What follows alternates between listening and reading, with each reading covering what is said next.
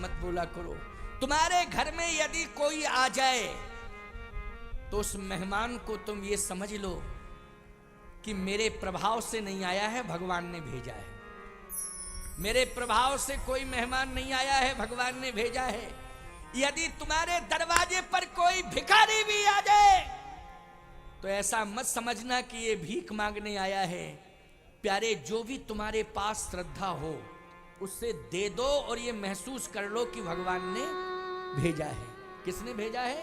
भगवान ने भेजा है। और यदि संत तुम्हारे दरवाजे पर आ जाए तो ये समझ लेना चाहिए कि हमारे प्रभाव के कारण, हमारे व्यक्तित्व के कारण ये संत आया है। नहीं नहीं, ये समझ लेना चाहिए कि संत के भेष में स्वयं भगवंत ही हमारे यहाँ आया है। ये हमारे ऊपर कृपा हुई है। ये क्या हुई है? कृपा हुई है। क्योंकि कृपा से बिन हरि कृपा मिले नहीं संता, इसलिए कृपा हुई है। ऐसा अनुभव करो। भाषा में परिवर्तन किया करो, अभिमान की भाषा नहीं बोला करो। देखो, शब्द से ही अभिमान प्रकट होता है और शब्द से ही अभिमान का अंत होता है। आप कहो महाराज जैसे थोड़ा सा बताएं इशारा करके, तो हम इशारा करके आपको बता रहे हैं। शब्द से अभिमान का जन्म होता है और शब्द से ही भगवान मिलता है और शब्द से ही हमारे अभिमान का अंत होता है और शब्द से ही भगवंत मिलता है। कैसे?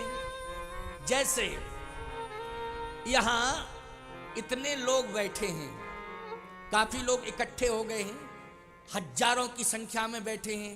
ये नहीं कहा जा सकता कितने, आज पूरा पंडाल पैक हो गया कि नहीं? ये पंडाल आज ही पैक हो गया है। अब ये बढ़ाना पड़ेगा साइडों में।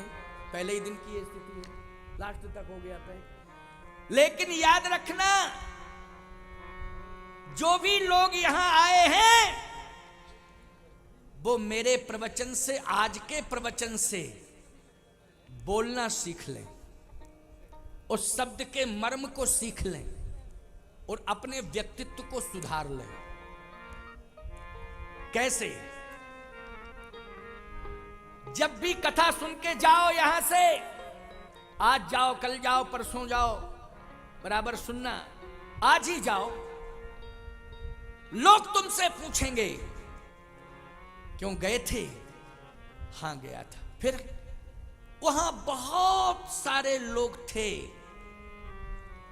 लेकिन मैं भी पहुंच गया हूं और मैं भी बैठ गया। इसका मतलब है विनम्रता है। और भाषा में अगर तुम परिवर्तन करो, अभिमान की बोलो, तो फिर ये ऐसा भी बोल सकते हो। कैसा? अरे वहां बहुत लोग थे लेकिन जब मैं पहुंचा, पूरी ताकत ही लगा दी तुमने। क्यों लगा दी कि नहीं? पूरी ताकत लगा दी। एड़ी चोटी का पसीना एक कर दिया तुमने। बोलो किया कि नहीं किया? जब मैं पहुंचा तो नजारा ही कुछ और था। ऐसा लगता है जैसे धरती पर खरदूषण का जन्म हो गया। ये वैचारिक प्रदूषण ही खरदूषण है। ये गलत भाषा का प्रयोग करना, वो खरदूषण मर गया है। भगवान राम ने त्रेता में उस खरदूषण को मार दिया है। लेकिन आज इस विराट ब्रह्म महायज्ञ में हम भगवान राम से प्रार्थना करते हैं कि अभिमान रूपी वैचारिक खरदूषण का भी आप अंत कर दीजिए। बस मेरी यही प्रार्थना है। तो याद रखना, राम ने त्रेता में खरदूषण का अंत किया था, लेकिन राम कथा कलयुग में वैचारिक प्रदूषण रूपी खरदूषण का अंत करेगी। इसलिए राम कथा सुन करके ही वैचारिक प्रदूषण रूपी खरदूषण का अंत किया जा सकता है। यही एक विकल्प है और कोई दूसरा विकल्प नहीं है। और सुन लीजिए, महत्वपूर्ण बातें बता रहा हूं क्योंकि पहले दिन की कथा है। विनम्रता से प्रस्तुति दो, विनम्र शब्दों को निकालो। यही हमारी मर्यादा है। बोलो है मर्यादा कि नहीं? अच्छा, राम में, राम के व्यक्तित्व में और परशुराम के व्यक्तित्व में यही अंतर है। बोलो। परशुराम जी कुठार से परिवर्तन चाहते हैं, देखो मेरा फरसा। भुजबल भूम भूप बिन कीनी, विपुल बार मही देवई दीनी। सहस्त्र बाहु वो छेदनिहारा, परस विलोक मही कुमारा। परशुराम जी कुठार से परिवर्तन करना चाहते हैं, लेकिन भगवान राम सुंदर व्यवहार से परिवर्तन करना चाहते हैं, नम्रता से विनम्रता से परिवर्तन करना चाहते हैं। तो बोलो, परिवर्तन तुम्हें तलवार से करना है कि सुंदर व्यवहार से? बोलो जल्दी। हाँ, सुंदर व्यवहार से। क्यों? राम ने जो किया है वही तुम सब करोगे कि नहीं करोगे?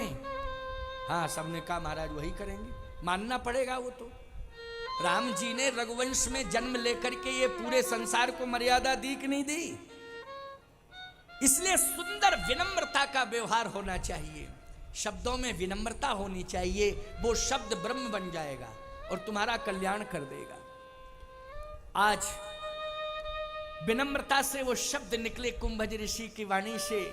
कुंभज ऋषि ने गुरुदेव को बार बार प्रणिपात किया उनके चरणों में, और गुरुदेव भगवान के प्रति कृतज्ञता ज्ञापित की।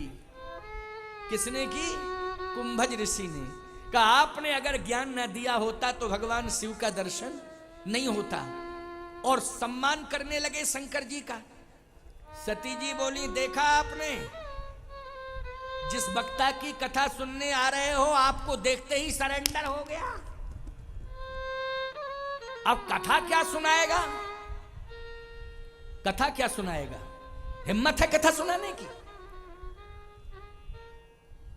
यह है सती की अज्ञानता, यह है सती का भ्रम। और मैं पहले ही कह चुका हूं कि भ्रम का निवारण कब होगा? राम कथा सुंदर कर तारी, संशय विहंग उड़ावन हरी। ये संशय रूपी पक्षी तभी भागेगा जब राम कथा हम सुनेंगे। चाहे माताएं हो चाहे पुरुष हो, कोई हो, ऐसा नहीं कि केवल हम मातृ पक्ष के प्रति इस तरह की चर्चा परिचर्चा कर रहे हैं। नहीं नहीं, समान रूप से कह रहा हूं। अबाल वृद्ध नर नारी जितने बैठे हैं सबसे समान रूप से कह रहा हूं। भगवान शंकर ने कहा, सती तुम पहले बैठ के कथा तो सुनो तो, तुम बाद में हम बातचीत करेंगे तुमसे। अब कथा में तुम आई हो मेरे साथ और प्रपंच की बातें कर रही हो। देखो देखो देखो क्या हुआ, देखो देखो क्या हुआ, देखो सरेंडर हो गया वो वक्ता। अब क्या कथा सुनाएगा? कथा में बात नहीं करनी चाहिए, चाहे जितनी जरूरी बात क्यों ना आ जाए, बात मत करो। कोई विशेष परिस्थिति आ गई है तो चुपचाप साइड से मर्यादा में जाके उसका समाधान कर लो। ये हम नहीं कहते किसी, लेकिन बातचीत नहीं करनी चाहिए।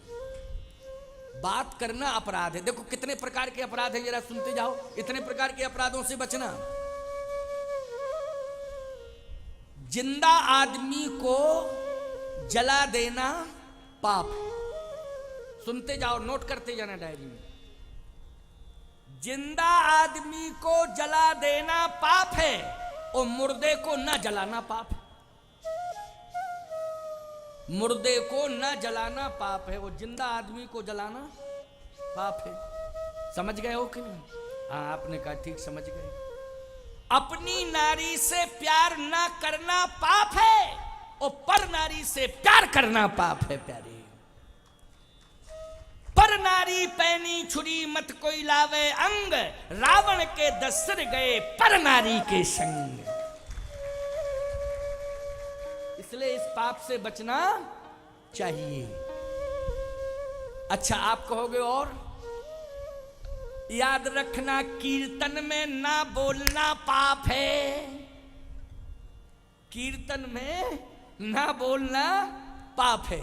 जैसे हमने कीर्तन कराया, जो भी संत विद्वान वक्ता, प्रारंभ में वर्षा देवी, ये बेटी मानस विदुषी है, इसने प्रारंभ में कथा शुरू की तो सबसे पहले कीर्तन कराया होगा। क्यों कराया होगा कीर्तन की? नहीं तो कीर्तन कराया। अच्छा, हम आए तो हमने भी कीर्तन कराया। हमारे बाद कोई अगर और वक्ता, संत सम्मेलन में तो कई संत होते हैं ना, ये तो स्वतंत्र कथा है। जब संत सम्मेलन होता है तो उसमें कम से कम 10, 20, 25 संत होते हैं। तो जो भी संत बोलते हैं कीर्तन पहले कराते हैं। कराते कि नहीं कराते? अब आप कहो महाराज पहले कीर्तन हो जाए और बाद में कीर्तन हो जाए, बीच वाले न करें। तो प्रारंभ में ये वर्षा देवी कीर्तन करा दें, लास्ट में आप करा दो, बीच में कथा ही हो गई। सुनो मेरी बात को, रोटी बनाती हो घर में रोटी? हाँ ये कह रही बनाती है। परथन लगाती हो? परथन, वो आटा लगा के ऐसे ऐसे क्या बोलते उसको? अटेलना, अटेलना, अटेलना बोलते। आटा लगा के फिर रोटी को पलटते हैं, फिर उसको परथन पलथन, उसी को अटेलना जो भी बोलते हो इस क्षेत्र में, है नहीं। अब क्या बतावे हैं, अमेरिका में पता नहीं क्या बोलते होंगे, वो कहे सोच रहे होंगे सुनने वाले कि पता नहीं क्या है ये परथन।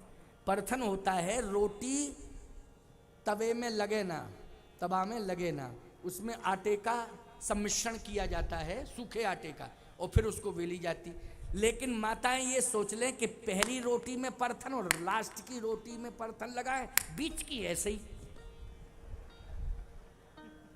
तो गड़बड़ हो जाएगी रोटियां कि नहीं? बोलो, वो सही तरीके से ना तो वो बेलने वाले हुर्षा पर, चकला बेलना जो होता है, ना तो उस पर सही रहेंगी, ना तवे पर सही रहेंगी, ना सही सिकेंगी, ना उनमें सही स्वाद आएगा। उसको संभालने के लिए आटा लगाया जाता है सूखा अलग से। ऐसे ही प्यारे, जो भी वक्ता राम कथा को अपनी वाणी से प्रस्तुत करता है, याद रखना उसकी कथा बिगड़ने ना पावे, इसके लिए राम नाम का सहारा वो लेता है कि राम नाम कवच बन करके हमारी कथा की रक्षा करेगा, कवच बन करके राम नाम। इसलिए राम का नाम पहले और राम का नाम बाद में, इसी को संपुट कहते हैं। इसको क्या कहते हैं? संपुट कहते हैं। तो राम नाम का संपुट लगना जरूरी है, इसलिए राम नाम लिवाया जाता है। लेकिन राम का नाम लिवाया जाए और राम का नाम कोई लेना, तो राम का नाम न लेना अपराध है कि नहीं? यदि राम का नाम कोई न ले, मौन बैठा रहे, तो राम के नाम में ना बोलना अपराध है, लेकिन कथा में बोलना अपराध है। राम के नाम में ना बोलना अपराध है, पाप है, और कथा में बोलना पाप है। बोलो, इतने प्रकार के अपराधों से, पापों से बचना चाहिए कि नहीं? बचना चाहिए। लेकिन यहाँ विशेषता ये है, कोई किसी से बैठे तो सब साथ में हैं, लेकिन बात नहीं कर रहे हैं, सब मन को एकाग्र किए हैं। यही सफलता है, बहुत बड़ी सफलता है ये प्यारे। एक जगह हम कथा कहने गए, सामने देवी जी बैठी बैठी बीड़ी पी रही थी। क्या बता दें, हम राज्य का नाम भी जानते, चूंकि आस्था भजन चैनल से चल रहा है, तो वो लोग सुनेंगे, कहेंगे वाह गुरुजी, हम ही कथा करावे, हमारी ऐसी बात कर रहे हैं। इसलिए हमने कह दिया, क्यों? एक जगह गए, कहाँ गए पता लगा, कहाँ गए? तो वो सामने बीड़ी पी रही, धुआं उड़ा, तो दुर्गंध है। हमने कहा कौन कंपनी की अगरबत्ती है ये, पता लगाओ जरा, इसमें बड़ी बदबू है। देखा तो बीड़ी चल रही थी। अरे राम राम, कथा में भी नशा ना छूटे। मैं कहता हूं, जीवन में यदि नशा ही करना है तुम्हें, तो शराब सिगरेट बीड़ी का नशा नहीं होना चाहिए, राम कथा सुनने का नशा होना चाहिए। ऐसा नशा हो जाए जीवन में जिससे कल्याण हो। ये राम नाम रूपी नशा, राम कथा सुनने का नशा यहाँ देखा जा रहा है। जिसे भी हम देख रहे हैं उसमें राम कथा सुनने का नशा है। राम कथा के अलावा और इधर उधर कहीं दृष्टि जा ही नहीं रही है। यह है कथा की सार्थकता। सती जी बैठ गई बगल में, कथा नहीं सुन रही है। सती कथा नहीं सुन रही, बैठी हैं, लेकिन भगवान शंकर कथा सुन रहे हैं और सती नहीं सुन रही हैं। शिव जी सुन रहे हैं, जितने संत बैठे थे सब सुन रहे थे। केवल उस पूरे के पूरे धर्म परिसर में, कथा परिसर में सती नहीं सुन रही थी, बाकी सब सुन रहे थे। सती नहीं सुन रही थी। प्रमाण क्या है? राम कथा मुनि वरिय बखानी,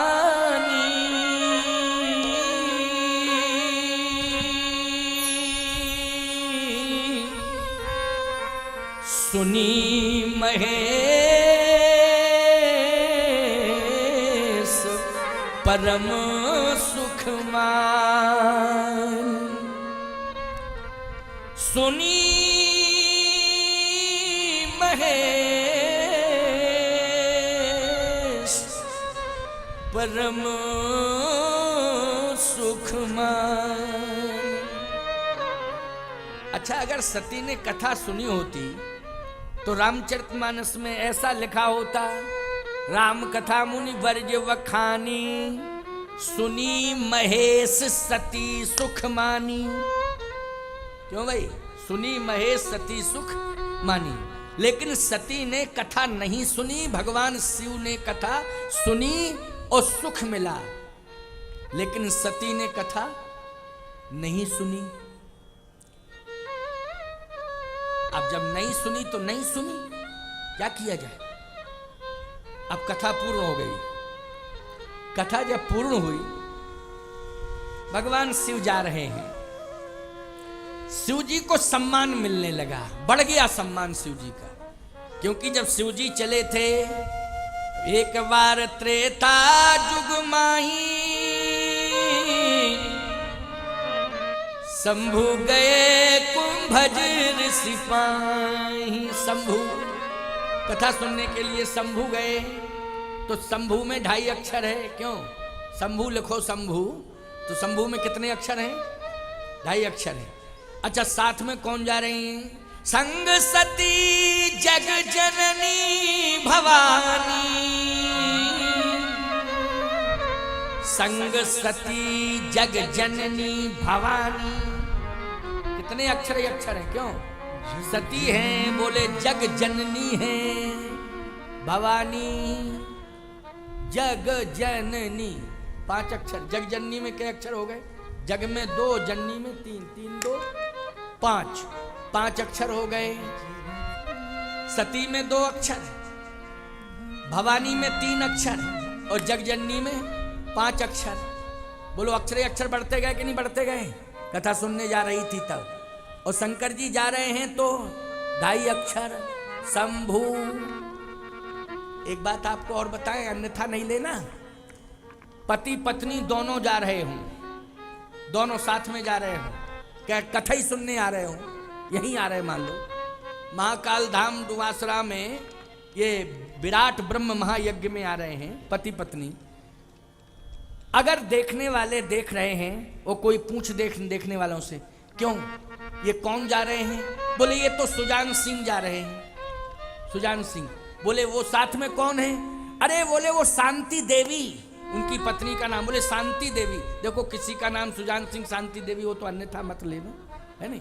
हाँ, मैं तो एक उदाहरण दे रहा। क्या शांति देवी? अब एक बात बताओ, सम्मान सूचक संबोधन और शब्द किसके नाम के साथ जुड़ा है? सिंह के साथ जुड़ा कि देवी के साथ? बोलो जल्दी। देवी के साथ जुड़ा। देवी शब्द निकलते ही श्रद्धा आती है, और सिंह बैक होते आदमी। सिंह नाम सुन के ही बैक, सिंह, है ना? और देवी श्रद्धा आ जाती है। लेकिन सही बताओ, सम्मान इन्हें मिला पहले कि नहीं मिला? और ज्यादा मिला कि नहीं? देवी कहा, देवी कह करके संबोधन किया। लेकिन तुम्हारे नाम में जब तुम कथा सुनने आ रहे थे तब सिंह लगा था, देवता नहीं लगा था। देवता नहीं लगा था। क्यों? देवता कोई कहता था? रामाधर देवता, श्रीधर देवता, फलाने संग देवता। इनका कुछ भी नाम हो, देवी जरूर लगा रहेगा। देवी देवी देवी, शांति देवी, मालती देवी, कांति देवी, तारा देवी, मुक्ति देवी, भक्ति देवी, शक्ति देवी, कुंती देवी, देवी, सावित्री देवी, देवी तुम्हारे नाम में। राम प्रसाद देवता, श्रीधर देवता। क्यों? देवता लगा है? नहीं लगा देवता। अब कह रहे होगे महाराज क्यों नहीं लगा देवता? इनमें दयालुता है, दयालुता। अच्छा, देवी दया करती है कि नहीं? या देवी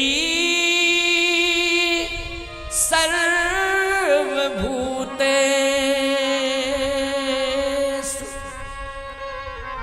कृपा रूपेण संस्थिता, बोलो कृपा रूपेण, दया रूपेण, मातृ रूपेण, भक्ति रूपेण, मुक्ति रूपेण, शांति रूपेण, क्षमा रूपेण। क्यों? अच्छा तुम्हारे नाम में या देवता सर्वभूतेषु कृपा रूपेण, क्या देवता हो तुम? कहीं लिखा है? बोलो।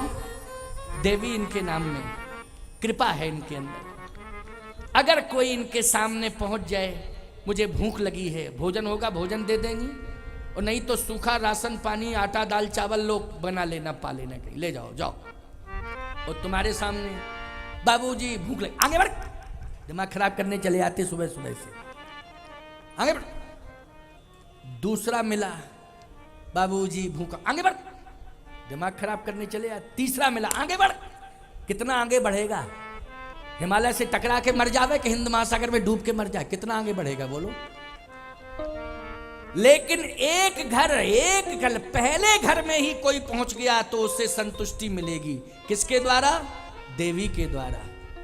मंगल लहै न जिनके नाही, ते नरवर थोरे जग माही। और ये चौपाई रघुवंशियों के लिए कही गई है। मंगल लहै न जिनके नाही, ते नरवर थोरे जग माही। मांगने वाले जहां मना सुन के नहीं गए, वो है रघुवंश। मांगने वाले जहां मना सुन के नहीं गए, यह है रघुवंश की देवियों की कीर्ति। तो आज सम्मान जब सती जा रही है कथा सुनने, तो मिल रहा है। शिवजी शंभुई कह करके संबोधित किया जा रहा है, जग जननी भवानी कह के संबोधित किया जा रहा है। किसको? सती को। लेकिन जब कथा नहीं सुनी तो याद रखना, न भवानी कहा तुलसीदास जी ने, न जग जननी कहा तुलसीदास जी ने, केवल सती कहा। और सती भी नहीं, दक्ष कुमारी। क्या? दक्ष कुमारी। सीधी सी बात। मुनि सन विदा मांग त्रिपुरारी,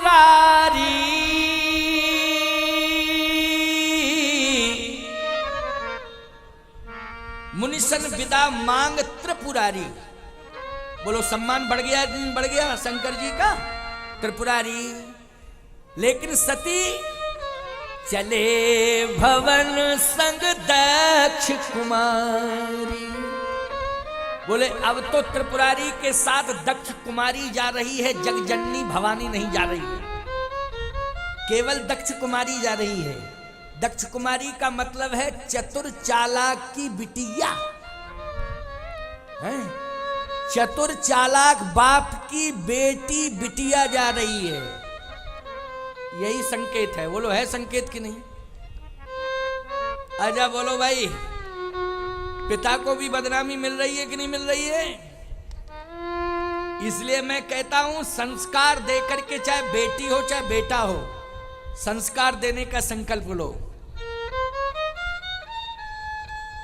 अब समस्या क्या है? अब सुनो जरा, भगवान की लीला देखो। भगवान जब लीला करता है तो भक्त जब भगवान को देखता है लीला में, जैसे शंकर जी ने राम जी को रोते हुए देखा। क्या देखा? रो रहे हैं, सीता जी को खोज रहे हैं और रो रहे हैं। शंकर जी जब गए तो देखा, लेकिन कथा ने भ्रम दूर कर दिया था। कथा सुनी थी इसलिए भ्रम दूर कर दिया था। तो शंकर जी ने भगवान को रोते हुए देखा तो प्रणाम करके कहते हैं, वाहरे मेरे परमात्मा, तेरी लीला अद्भुत है, मैं प्रणाम करता हूं। इसका मतलब है रोना क्या समझा? लीला। लीला मानी अभिनय। लीला मानी क्या होता है? अभिनय। इसका मतलब है कि ये मेरा परमात्मा है, वो कभी रोता नहीं है, लेकिन आज रो रहा है तो ये अभिनय कर रहा है, ये लीला कर रहा है और ये लीला का विस्तार कर रहा है। इसलिए आज आंखों में आंसू देख रहा हूं मैं, लेकिन मैं प्रणाम करता हूं कि मेरा परमात्मा आज लीला जगत में आंसू बहा रहा है। बोले किसके पीछे आंसू बहा रहा है? सती जी ने कहा कौन बहा रहा है आंसू? कौन बहा रहा है आंसू? शंकर जी ने कहा मेरा भगवान। सती बोली माथा पकड़ के कि लगता है आज भांग का डोज ज्यादा ले लिया है, आज भांग का डोज ज्यादा ले लिया है, तभी तो इस सामान्य पुरुष में भगवान दिखाई दे रहा है। क्यों रो रहा है ये? कहे कि लीला करने के लिए रो रहा है। कहे नहीं नहीं, ये भगवान नहीं है, ये तो सामान्य पुरुष है, ये अयोध्या का राजकुमार है, ये दशरथ का राजकुमार है, ये ईश्वर नहीं हो सकता, ये भगवान नहीं हो सकता है। क्योंकि भगवान रोता है क्या? भगवान रोता नहीं है, देखो ये रो रहा है। भक्त जो होता है वो समर्पित होता है परमात्मा के दर्शन करने के बाद, वो केवल समर्पण करता है, किसी प्रकार की टिप्पणी नहीं करता है, समझ लेना, जो भक्त होता है। लेकिन जो ज्ञान का अभिमान लिए घूमता फिरता रहता है, वो तर्क करता है। वो लोग करता है, ज्ञान का अभिमान लेकर के जो घूमता है वो तर्क करता रहता है, और तर्क करता रहता है, उसे कितना भी समझाओ लेकिन वो समझता भी नहीं है, फिर भी तर्क ही पर अड़ा रहता है। याद रखो, भक्त बनो प्यारे, ज्ञानी तो बनो। मैं विरोध नहीं कर रहा हूं ज्ञान का, क्योंकि ज्ञान का विरोध करूंगा तो फिर कैसे काम चलेगा, अपूर्णता आ जाएगी। मैं विरोध नहीं कर रहा हूं ज्ञान का, लेकिन उस ज्ञान का विरोध कर रहा हूं जिस ज्ञान की अगुवाई अभिमान करता है। क्यों भाई? उस ज्ञान का मैं विरोध कर रहा हूं जिस ज्ञान की अगुवाई अभिमान करता है। तुम्हारे जीवन में भक्ति मिश्रित ज्ञान होना चाहिए। भक्ति मिश्रित ज्ञान अगर तुम्हारे जीवन में होगा तो अभिमान अगुवाई नहीं करेगा, बल्कि भगवान ही तुम्हारी अगवानी करेगा, भगवान ही अगुवाई करेगा, अगवानी करेगा। इसलिए अभिमान मिश्रित ज्ञान नहीं होना चाहिए। सती का जो ज्ञान है वो अभिमान मिश्रित ज्ञान है। बोलो है कि नहीं? एक बार भक्तों ने हमसे पूछा, महाराज जी ज्ञानी में और भक्त में अंतर कितना है? हमने कहा देखो, वेदांत की दृष्टि से अंतर बताएंगे तो तुम्हारी खोपड़ी के ऊपर से बात निकल जाएगी। अगर वेदांत की दृष्टि से हम ज्ञानी और भक्त में अंतर बताएंगे तो निश्चित रूप से तुम्हारी खोपड़ी से निकल जाएगी बात। बोले फिर भी थोड़ा शॉर्टकट भाषा में बताइए। हमने कहा सुन लो, वेदांत में ज्ञानियों की दृष्टि में सीता जी क्या हैं? क्या है? हमने कहा मुक्ति है। क्या है? ज्ञानियों की दृष्टि में सीता जी क्या है? मुक्ति है। अच्छा बोलो भाई, भक्तों की दृष्टि में सीता जी क्या है? भक्ति है। बोलो भक्ति है कि नहीं? अब एक बात आपको हम बता रहे हैं, भक्ति और मुक्ति, मुक्ति कहां रहती है जानते हो?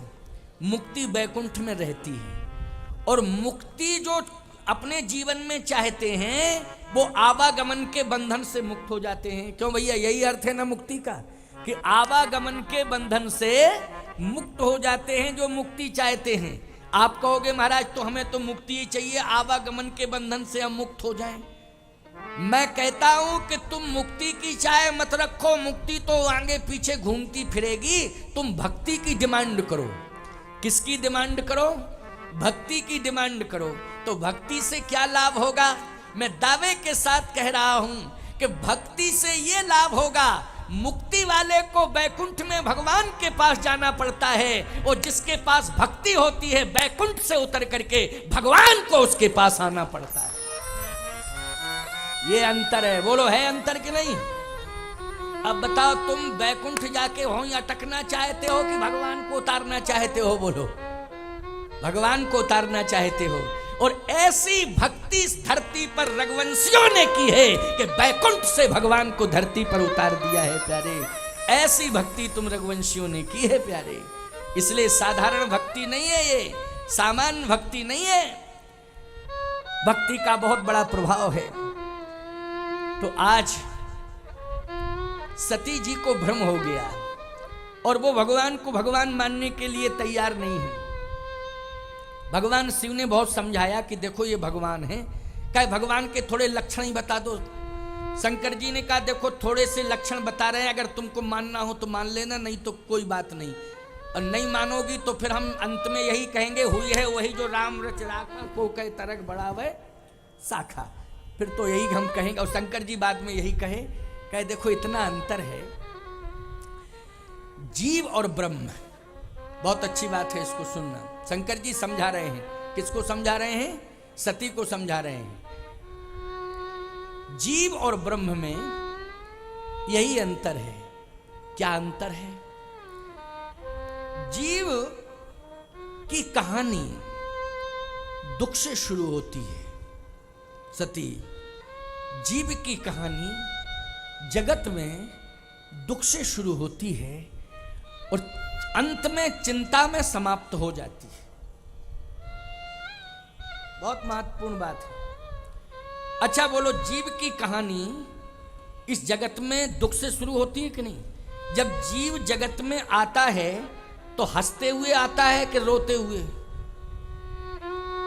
बोलो भाई, रोते हुए आता है।